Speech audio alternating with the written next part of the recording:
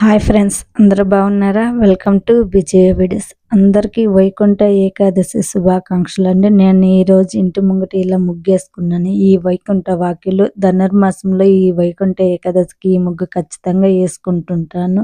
వాకిలి నిండుగా చూడటానికైతే చాలా బాగా అనిపిస్తుందండి. మీకు ఎలా అనిపించిందో కూడా నాకు కామెంట్స్ చేయండి. నేను ఈరోజు శుక్రవారం కాబట్టి శుక్రవారం ముగ్గు ఖచ్చితంగా వేసుకుంటున్నా. అలాగే ఈ వైకుంఠ ఏకాదశికి వైకుంఠ రథం కూడా వేసుకున్నా. రథం అయితే సింపుల్గా ఈ విధంగా వేసుకున్నాను. రథం ముగ్గు అందరైతే వేసుకోరు.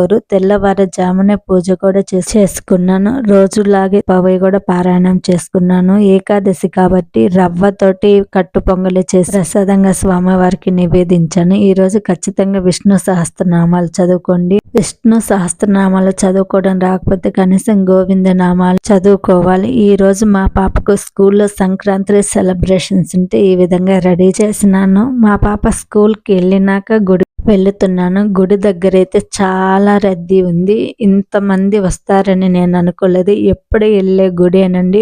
లాస్ట్ ఇయర్ అయితే వెళ్ళలేదు. ఇంతకు ముందు వెళ్ళినప్పుడు ఇంతమంది జనాభా అయితే లేరు. చాలా ఫుల్గా ఉన్నారు. ఈసారి కొంచెం వెళ్ళడం కూడా లేట్ అయింది. నేను 9:30కు ఆ టైంలో వెళ్ళాను. అప్పటికే ఇంతమంది ఉన్నారు. గుడి బయట అండి, ఇది మెయిన్ ద్వారం. ఇప్పుడు లోపలికి వెళ్ళాలి. లోపల ఎంట్రన్స్ దగ్గర ఈ విధంగా షాపులు అవన్నీ ఉన్నాయి. ఇక్కడ నుండి లైన్ స్టార్ట్ అవుతుంది. గుడి చాలా పురాతన కాలంది. ఈ గుడి ఆల్రెడీ నేను ఇంతకు ముందు సప్త శనివారాల వ్రతం అప్పుడు కూడా చూపించినాను. ఈ రోజు ప్రత్యేకంగా ఉత్తర దర్శన ద్వారము. ద్వారం పైన శ్రీ మహావిష్ణువు శేష పాన్పు పైన పవలించి ఉన్నారు. ఉత్తర ద్వార దర్శనం ఈ రోజు ఖచ్చితంగా చేసుకోవాలి. ఈ రోజు ఉత్తర ద్వార దర్శనం చేసుకోవడం వల్ల మన పితృదేవతలకు కూడా మోక్షం కలుగుతుంది. మనం గుడికొచ్చి ఆ శ్రీ మహావిష్ణువు దర్శనం చేసుకుంటారో లేదని మన పితృదేవతలు కూడా మన కోసం ఎదురు చూస్తూ ఉంటారు. మీరు ఖచ్చితంగా వీలైనంత వరకు ఉత్తర ద్వార దర్శనం చేయడానికి ప్రయత్నం చేయండి. అలాగనే అందరూ ఒకేసారి వెళ్ళి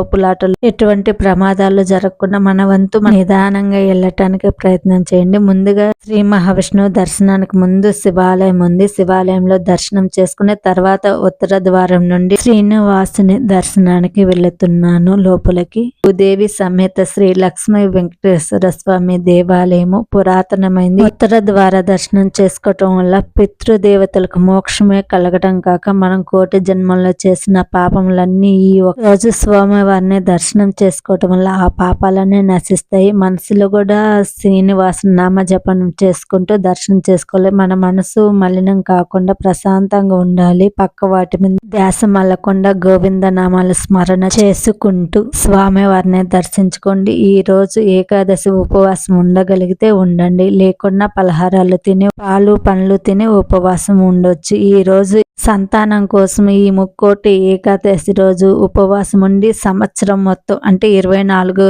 ఏకాదశిలో ఉపవాసం ఉండి శ్రీనివాసుని పూజ చేసుకుంటే సంతానం కలుగుతుంది. ఈ ఏకాదశికి మొదలు పెట్టలేని వారు శ్రావణ మాసంలో వచ్చే పుత్రద ఏకాదశికైనా మొదలుపెట్టి సంవత్సరం మొత్తం 24 ఏకాదశిలో పూజ చేసుకుంటే సత్సంతానం కలుగుతుంది. స్వామివారి దర్శనం చేసుకోవటానికి 2 గంటల పైన టైం పట్టింది. దర్శనం చేసుకుని స్వామివారి దగ్గర ఫోటో దిగి ఇలా బయటకు వచ్చినాను. పచ్చని చెట్ల మధ్యన ప్రాంగణం అయితే చాలా బాగుంది. మనసుకి చాలా ప్రశాంతంగా ఉంది. అశ్వత్థామ చెట్టు శ్రీ మహావిష్ణు ప్రతిరూపంగా భావిస్తుంటారు. ఆ చెట్టు దగ్గర కూడా దీపాలు వెలిగించినాను. ఈ గుడిలో ప్రసాదాలు కూడా పెడుతున్నారు. ఈ రోజు ఏకాదశి కాబట్టి రవ్వతో చేసిన పొంగలి బూంది అది పంచుతున్నారు. గుడికి వెళ్ళినాక సేవలో పాల్గొనాలి. నేను ఈ ప్రసాదాలు పంచే కార్యక్రమంలో నా వంతుగా నేను పాల్గొన్న. శ్రీనివాసుని మీద భక్తి ఎంత ముఖ్యమో ఆయన సేవలో కూడా మనం ఏదో ఒక చిన్న సాయం చేయడం కూడా మన పూర్వజన్మ సుకృతంగా భావించాలి. ఈ ఏకాదశి రోజు అటువంటి సేవలో పాల్గొనడం నా అదృష్టంగా భావిస్తున్నాను. నేను ఈ విధంగా ఉత్తర ద్వార దర్శనం చేసుకున్నా. మీకు ఈ వీడియో నచ్చితే లైక్ చేయండి. మీకు ఉత్తర ద్వార దర్శనం ఎలా జరిగిందో కూడా నాకు కామెంట్ చేయండి. మీ ఫ్రెండ్స్ అండ్ ఫ్యామిలీ మెంబర్కి షేర్ చేయండి. నా ఛానల్ని సబ్స్క్రైబ్ చేసుకోండి. Thank you watching.